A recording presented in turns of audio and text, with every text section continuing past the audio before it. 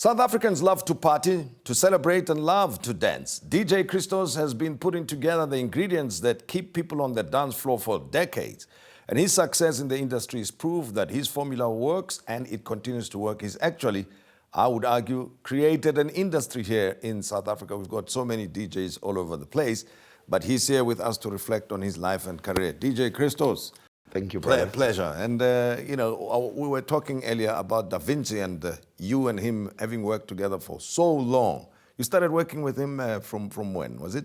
1990, it was around about 90. I met him at Club Cherries. Yes. Actually. Soshanguve. Soshanguve. That's right. Yes, and I was actually playing at Gemini. Uh-huh. And we met then and we became friends. Eventually we became business partners and been together all along. We created the group DJs at Work. Yes. And we've basically been playing for like 25 years together. And made the whole thing of DJing popular, because it used to be maybe a hobby, a part-time thing for a lot of people. Mm-hmm. But for you was a livelihood. And yeah, tell me a bit more about how you got to be involved and become so popular at Gemini, Klepgat, Soshanguve. Can you believe it? With Gemini, I was playing all over, and I think they enjoyed the music that I was playing. And like you said, there wasn't a lot of real DJs. It was more DJs that were doing it as a hobby. Yes. And, everybody started getting into this mixing style and everything, and they enjoyed the music that I played. And my music was very soulful. I grew up with a very jazz background. Mm. And I was working in a record store from the age of 9. Oh, okay. Actually started making tea, and then around 11, when I was about 11, then I started actually selling records. Yeah. And we used to focus on jazz, fusion. So that's kind of my my background music. It kind of filters through in the music I play today. So, and then you had a feel for it and could share the taste that your supporters were having. Definitely. Right. Now, from Cherries, you were at Gemini, and that became your home base for a while. Yeah, Gemini was my home base. At one stage, it also moved to Tembisa at King's Palace as well. Mm-hmm. So, for me, the music that I played made sense to play in the townships. And the fans loved it. And the fans loved it. So the idea of mixing it and releasing it as your own music now, you and Vinny, what happened? We actually produced our own stuff when we released DJs at Work. Yes. So it was on production. I think at that stage, that's when Boom Shaka came out. Yes. And that's when I was involved with Boom Shaka. And then the second project was with DJs at Work.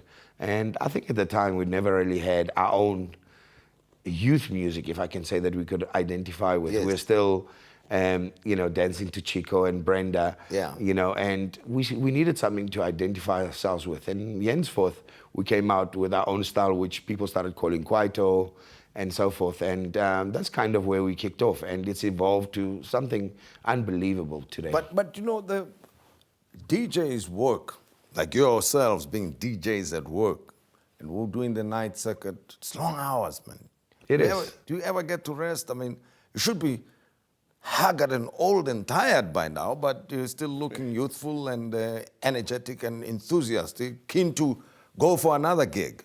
No, definitely. I think it's a matter of finding the balance, I think the older you get, but I mean, if you love something, you'll do it for life. I think me and Vinny always said, and we said this 10, 15 years ago, what are you going to do after this? And we said, no ways. This is what we're doing. There's no after this. Till the end. Yeah. There's no after this. Yeah. This is till the end. Yes. And we're still going strong, and I still feel strong. But what sort of hours do you keep when you do DJ's work?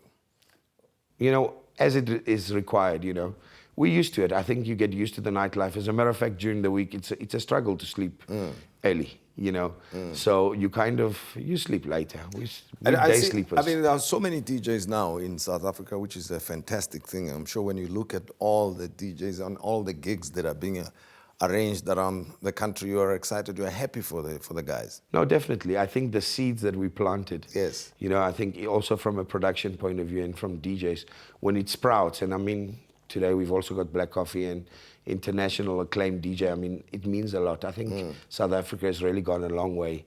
And I think it also due to the public as well. I think there was this big support base of the music, and it started at the tavern level, and then pushed into the club level. Eventually, I think it's in our blood. Dance music is in our blood. And I think right now, When you look at the world market, our DJs are starting to play all over the world, and also our production. On the download side, about 40% of your downloads are South African, believe it or not. Is it? On the dance music scene. Okay. So we've created a monster. Well, but this is to me at least, it sounds like a strange question. I'm going to ask you about being crossover. You know, having been so dominant and influential in the black community, do you enjoy the same popularity in the white community as you do in the black community? No, I wouldn't say that, no. I think it's simple, a music choice, you know. Music choice is not really by color. Yes. But unfortunately, I think, you know, a lot of white people are not really into the soulful music or into your deep house, and that's the music I play. Well, I mean, it's interesting, right? Given the South African history that here am I talking to, in our context, you'd be regarded as a white person who became very popular as a DJ in the black community and actually set the whole thing of house music on fire here in the country. And yet, I'm asking you about crossing over, crossing over to the white community.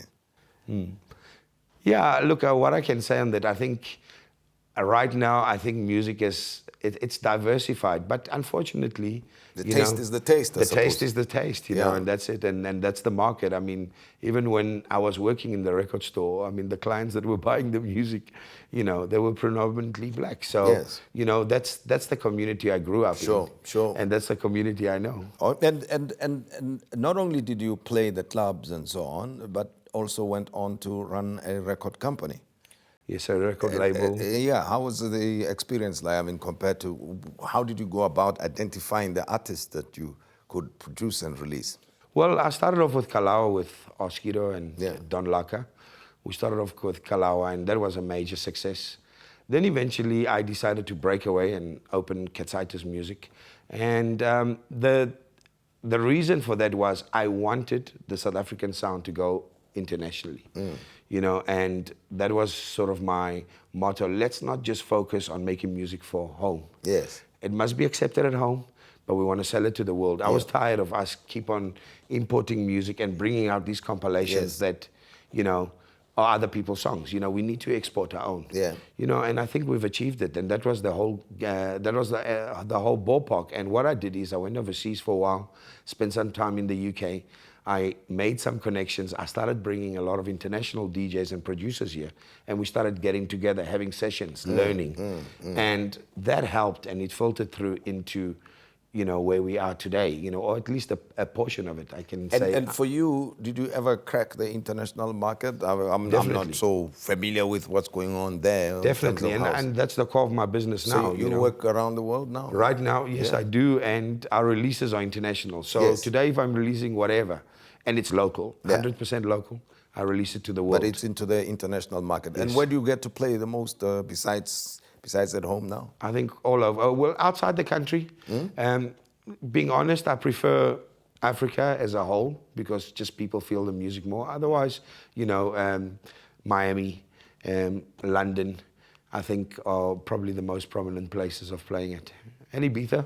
Yes. Sometimes, Yeah, I suppose you must be having your own booth there, a DJ Christos area, I suppose, in Ibiza. What is the party in Ibiza, by the way? I've heard from the DJ guys I know, they tell me that if you really want to party in your life, you've got to go there. Is that where the real parties are, or where are they? Ibiza starts in July, kind of end of July, and goes until August.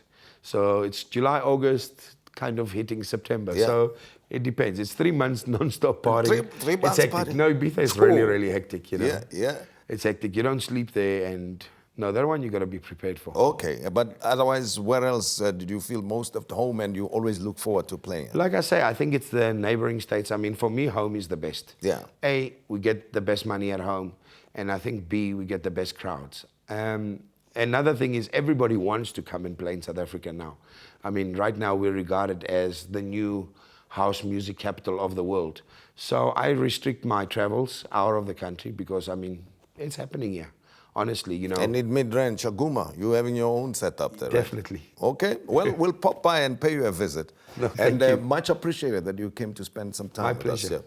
This is the world-renowned DJ Christos, and has been around for 25 years and will be around for many decades to come, as you've heard. and operates out in Midrand as well. His place called Shaguma. So if you are in Joburg, you can go and hang out there. Much appreciated. DJ Christos. That's how we come to the end of the show, and we hope that you enjoyed it as much as we enjoyed you being with us on this journey of growth and change that makes a difference. Until next time, good night to you.